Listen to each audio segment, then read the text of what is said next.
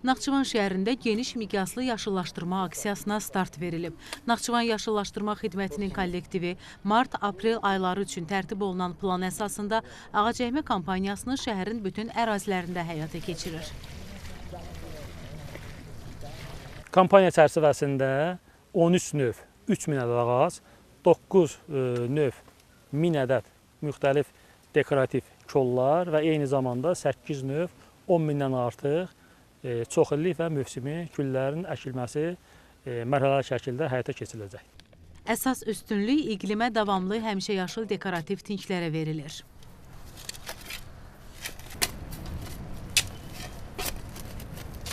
Əkilən ağaclar əsasən çinar ağacları üstünlüyü təşkil edir. Çinar ağacı bu ağacların 1000 ədədini çinar ağacları təşkil edir. Akasiya ağacları və ilk dəfə olaraq Naxçıvan şəhərində Pavloniya, gül-açan ağacları, dekorativ ağaclar və katalba ağacları da əkilir və eyni zamanda Magnoliya çiçək ağacları əkilir.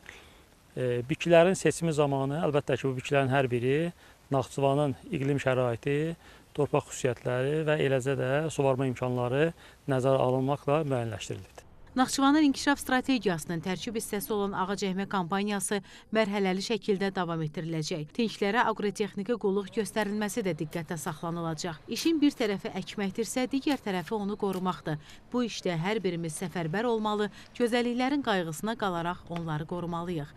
Hafizə Əliyeva, Təxminə Babayeva, Emin Babayev, NTV Xəbər.